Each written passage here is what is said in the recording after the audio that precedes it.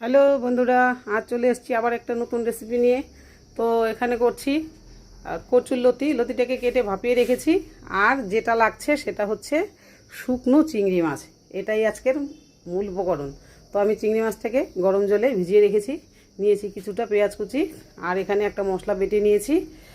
এখানে বাটা মশলার মধ্যে রয়েছে পেঁয়াজ, রসুন, আদা, কাঁচা লঙ্কা, টমেটো। তো আগে আমি মাছটাকে ভালো করে ধুয়ে নিয়ে এলাম।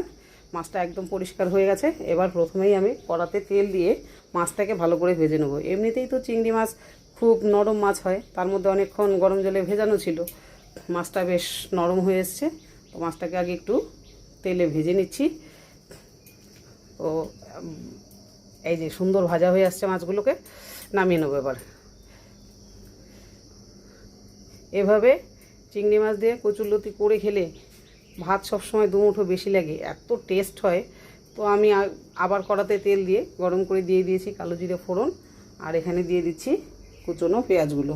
খুব বেশি ভালো করে পেঁয়াজগুলো না ভাজলেও চলবে, ওই পেঁয়াজের মধ্যে একটা দুটো রসুনের কোয়াও রয়ে গেছিলো, দেখতে পাইনি। যাই হোক, তো এই যে পেঁয়াজগুলো আমার ভাজা ভাজা হয়ে এসছে।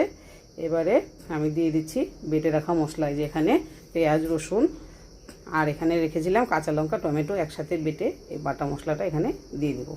তো মশলাটাকে একটু ভালো করে কষাবো, যতক্ষণে কাঁচা গন্ধটা না যায় ততক্ষণ কষিয়ে নিয়েছি। এবার এতে দিয়ে দিচ্ছি একটু হলুদ, অল্প জিরের গুঁড়ো, হাফ চামচ ধনের গুঁড়ো, আর অল্প একটু লঙ্কার গুঁড়ো, না দিলেও চলবে, আমি দিলাম কালারটা একটু ভালো আসবে বলে।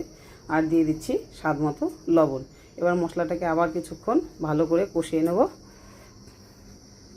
কষানো হয়ে গেছে, এই পর্যায়ে দিয়ে দিচ্ছি মাছগুলো। যেহেতু মাছগুলো আগে থেকেই ভিজিয়ে ভাজা ছিল, তো মাছগুলো তো কুকড হয়েই গেছে। এবারে একসাথে মশলার মধ্যে মাছ আর কচুরলতিটাকে দিয়ে দেবো। এই যে ভালো করে কষিয়ে নিয়েছি মশলার সাথে। এবার এখানে অল্প একটু গরম জল দিয়ে আমি কিছু সময়ের জন্য এটাকে ঢেকে দেব। হালকা আছে ঢেকে ঢেকে রান্নাটা হবে। তাতে কি হবে, লতিগুলো সেদ্ধ হবে কিন্তু গলে যাবে না। আর আমি লতি ভাপিয়ে সবসময় কি করি, একটু ঠান্ডা জলে দুবার তিনবার ধুয়ে নিই, তাহলে লতির যে পিচ্ছিল ভাবটা থাকে সেটা একদমই কেটে যায়। আর এইভাবে রান্না করলে, এই যে অল্প আঁচে ঢেকে ঢেকে রান্না করলে লতিটা গোটা গোটা থাকবে কিন্তু সেদ্ধ হবে আর খেতে খুব ভালো লাগবে। দেখুন মাছটা কি সুন্দর, তরকারিটা শুকনো শুকনো হয়ে এসছে। এই যে আমি দেখিয়ে দিচ্ছি একটু, এই যে পুরো সেদ্ধ হয়ে গেছে কিন্তু গোটা গোটা আছে আর একদম মাখা মাখা হয়ে গেছে। এই পর্যায়ে আমি এটাকে নামিয়ে নেব। তো রান্নাটা কেমন লাগলো, ভালো লাগলে চ্যানেলটিকে সাবস্ক্রাইব